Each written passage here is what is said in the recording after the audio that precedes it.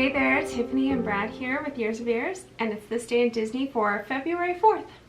February 4th? Yeah, pretty cool. And today we get to talk about one of our favorite parks, EPCOT, but EPCOT of the past. So we're headed back to 1984 at EPCOT Center. Backstage Magic opens in Communicore East in Future World, right? Yeah.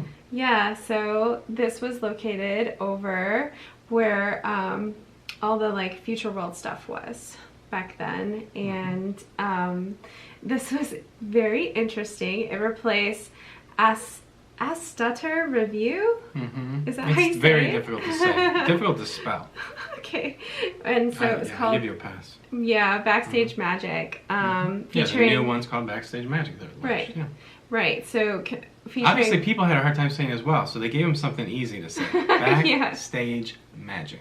Right. Featuring computer operator Julie and her graphic sidekick I/O input output. Yeah, and she really looks like an IBM rep, not for IBM, but she looks back in the day. Back in the day, like that's it looks look like. brown suits, like tan. It was like tan with a little bit of ruffle. That's cute. Yeah. But yeah, like a dress suit. Yeah, and she has like this blue light power.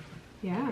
It's pretty exciting. So it demonstrates the process of operating the Audio-Animatronics found throughout the Disney parks. Yes. So which that's would be cool. so cool. Yeah, they showed it like a control room and stuff like that. Yeah. Right. So this thing, it actually went along for like 10 years, almost 10 years to 93. So it was working, you know? I mean, we talked about earlier in the week, like Tony Baxter having seen animatronics and how it inspired him. They were providing everyone the opportunity to see how animatronics are controlled. Right. So Tony Baxter did work on, I'm pretty sure he on worked this on project? Not on this one, Okay. in Communicore. He was involved in the stuff over at EPCOT. So he definitely worked. At we least know he did the Journey into Imagination with Figment and all that. And so I mean he was part of it, but I don't know if he worked on this specifically. But a lot of people, they pulled in a lot of people to work on EPCOT. You know, because they were doing so many new things, honestly. Yes. They were still capturing or attempting to capture some of the vision. And a lot of this is all gone now for at least for us. Yeah, and we barely remember it as kids. Right. Like and this we remember some of it, but I only came twice when I was a kid. But both of us agree that we remember being in this room, you know. Yeah. And it became Interventions, which kind of still carried on a little bit of the concept, you know, but yeah.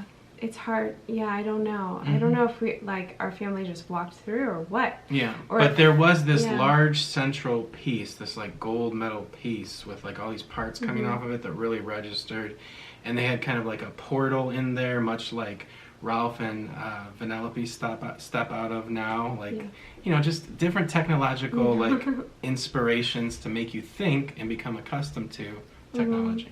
So just going back that Astuter computer review, that Backstage shows was a shrunken down British man dancing around computers as he sung the computer song. There you go. And so that sounds hot. Did you guys ever hear the computer song by this little guy? And I think Julie was little too when they had her for Backstage Magic. And then there's another thing that's called Backstage Magic, isn't it? Like at Hollywood Studios, but that's it's like a tour. But that's a tour, but they use the name, so it's kind of interesting to me. Yeah, but it seemed like fun. It seemed like going to a lot of people loved this area, Communicore used to feel more educational. Those areas, and now it's definitely more theming. We'll see what happens though with the updates. Yes. Yeah, the play area that's coming will have a lot of these elements. Just be more game and social aspect oriented. But at the time, you know, they had computers and technologies and things that were so new to everybody. They were new to us. I mean, come on, we're kids Pong. Mm-hmm. That's Yeah, our first. it was awesome. That was my first video Right. game. So I mean, to us, yes. it was like really exciting to see things like Yeah, this. I used to ride my bike down to the Radio Shack in town like all the time just to look at computers. At the stuff. It was fun just to go in the store for sure and just see what was going on. Indeed. Not just computers, but all the things that they had at the Radio Shack. Indeed. Yeah. Do they still have the Radio Shack? I don't. Yeah, they do. They do. They They do. do. They do. Yeah. It was. Yeah.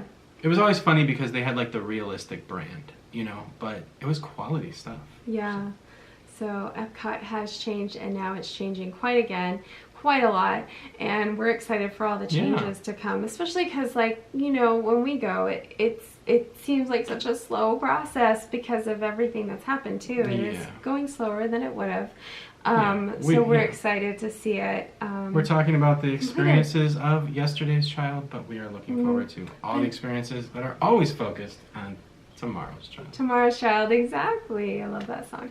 But the fountain that they've put in is so phenomenal, and the pylons, it's so beautiful. We're so happy with what they've done or brought back, really, and how beautiful it is. It's so beautiful at night. Like when you come in for the day, it's stunning to have that piece of art. But then when you leave at night, it's even better with the lights and everything. And you would not believe, there is a beam that goes up through the middle of the fountain that on the right nights and most nights, you can see going right up until it dissipates. Yeah, it's so beautiful. For all we know, that light is going out forever, because I mean that's how light travels. The pictures are nice, but you know, when you get to see it in person, which you guys will eventually, it's worth it. It's very worth it. And people hang out there, like they hang out around it. It's got a soothing feeling, you know, with the water and the look of it.